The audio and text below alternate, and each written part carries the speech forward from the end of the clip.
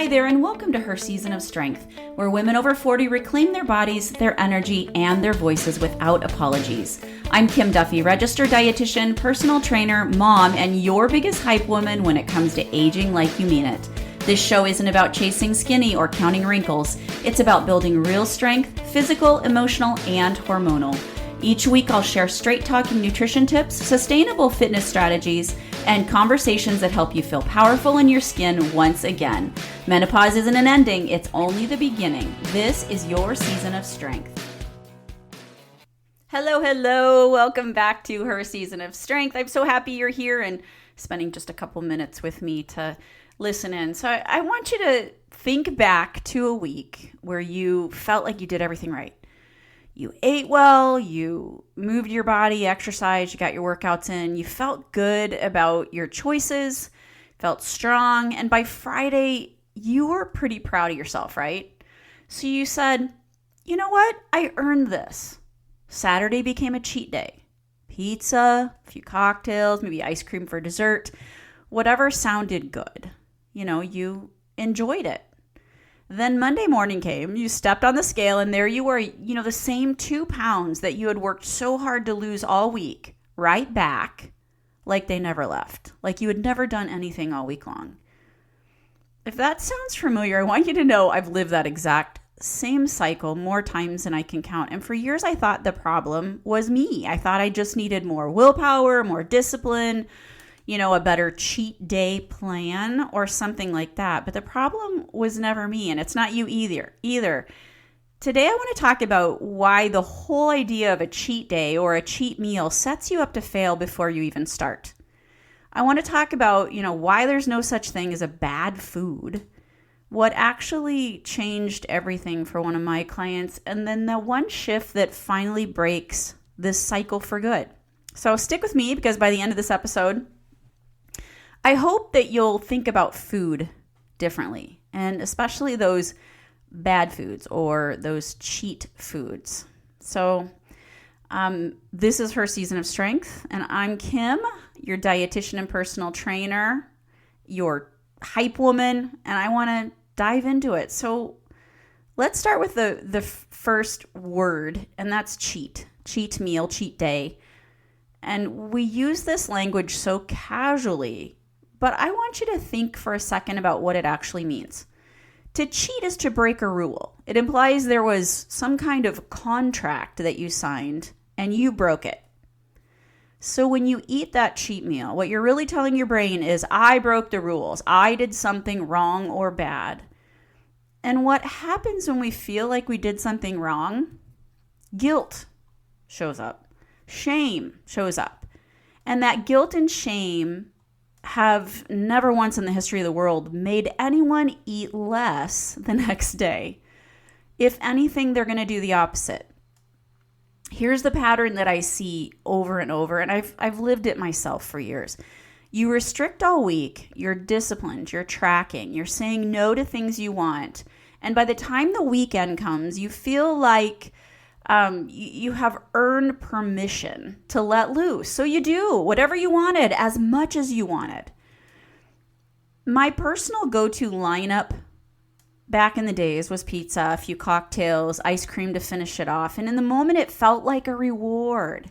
It felt like relief, because I didn't have to think of every calorie and every bit of food that I was eating. And it's just like you go whole hog, right? And by Sunday night, that guilt creeps in. And then Monday morning, I'd restrict even harder to make up for it, which only made the next weekend's cheat day feel even more necessary.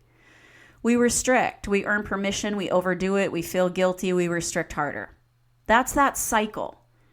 And notice something important here. So none of this is actually about food. This is about that mental loop where you're either being good or bad, and your worth somehow gets tangled up in what is on your plate. So here's a piece most women don't think about, and that weekend of high sodium and food and alcohol and extra sugar, it does cause the scale to jump on Monday. But, a lot of that's going to be some water retention, inflammation, not 2 pounds of fat that appeared overnight, because that just is not the way it works. The number on the scale isn't even telling you the truth, but it feels like proof that you failed. And that feeling is what keeps this whole vicious cycle running. So if cheat days are the trap, what is the way out? Well, it starts with something that I teach every single client I work with. There are no bad foods. There are foods that we want to eat more often, and there are foods we want to eat less often. And that is the whole list. That's it. This one reframe, it's going to change everything. So when pizza isn't a bad food you're cheating with, it's just a food you enjoy sometimes, the guilt has nowhere to attach itself. And without that guilt, you don't need that all or nothing weekend blowout, because you never told yourself you couldn't have it in the first place. So I have a client that I'm going to share her story because she's a perfect example, but she came to me wondering why her weight kept creeping up, right? And she was like, oh, it's hormones. I'm just not doing something right. My body is just kind of working against me. And on paper, she was doing everything right. She was eating incredibly well. She was counting every single calorie and every gram of protein and gram of fat. And she was working out hard 5 days a week. But here's what was actually happening. The moment she started seeing progress on the scale, she allowed herself more cheat days and more cheat meals. And progress, it felt like permission. And permission turned into more and more earned indulgence. And slowly, the scale was showing it. It kept creeping back up. And maybe one week it was up even higher than it was before. And here's what I had her do instead. I told her to stop journaling every calorie. I told her to stop weighing herself obsessively. Instead, I taught her to build visually balanced plates. No app, no scale, no tracking. Just looking at her plate and making sure she had a good protein source, lots of vegetables, a high fiber, portion controlled carb, and a healthy fat every time she ate. And this is exactly what I teach in Module 4 of the Easy Prep Blueprint, which is, speaking of, today's the very last day that I'm selling this brand new healthy meal planning program. It's just a mini course, so it's something that you can quickly digest. But the macro balance piece, it's M in my simple method or framework that I teach during the Easy Prep Blueprint. This is that piece that explains something so many women come to me confused about. Why am I still hungry at 9 o'clock at night, even though I ate quote unquote healthy all day long? And usually it's because that plate wasn't actually balanced. Maybe it was all carbs, not enough protein, not enough fiber. And, your body is telling you, your body is trying to communicate with you that it needs more. And you're hearing it so loudly later that night because you've been running all day and you haven't been listening to your body. But then when you finally stop and quiet yourself, and maybe you're laying in bed and all of a sudden you feel your stomach grumbling and you start thinking about whatever food that is that's calling to you. Maybe it's the ice cream in the freezer. Maybe it's the potato chips up in the cupboard. Whatever it is, it's calling to you. It's hungry. So when my client stopped tracking and started building that balanced plate, something shifted in how she thought about food and her weight and her body. That constant mental math disappeared. The guilt disappeared. And the slow and steady fat loss she had been chasing for months finally started happening again without a single cheat day in sight. And no, quote unquote, bad foods. And the guilt, it was gone. So here's the question I want you to sit with for a second. So if cheat days aren't really about willpower, and there's no such thing as a bad food, then why does the 5 o'clock collapse keep happening? Why do we still end up standing in front of the open fridge with nothing planned, reaching for whatever is fastest? Because that moment isn't a discipline problem. It's a planning problem. When you get to 5 o'clock and you're exhausted and you're starving and you have absolutely no idea what's for dinner, eating off plan isn't really a choice anymore. It's like the only option left on the table. And that is exactly the moment stress eating and emotional eating love to show up, because your willpower is already spent and decision fatigue has taken over. So I want you to hear this clearly, because it's the heart of everything I teach. You don't need to want it more. You need a system that actually works with your real busy life. You don't need a diet. You just need a system and a plan. And so this is exactly, I have a framework called the SIMPLE framework, or SIMPLE system. It's SIMPLE. And that's what I built it to do. It's basically 6 steps. They're not about restriction. They're just about removing the gaps where cheat day thinking sneaks in. So, S, we stock your staples. So your kitchen's ready before hunger ever hits. I talked about this in the last podcast episode, number 46. Next is I. We identify your meals ahead of time, so you're never standing there guessing. And that includes looking at your schedule. What does your week look like? When are you busy? When are the days that you actually need to schedule in those quick and easy meals that you can just pull out and warm up? Next is balancing your macros. That's M, macronutrient balance, which is what we already just talked about.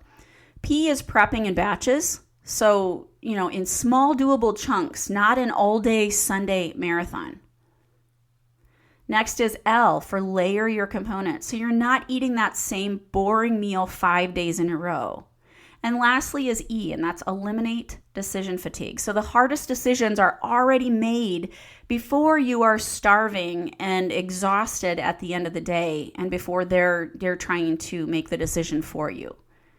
And none of it requires perfection. The goal isn't to never want pizza again.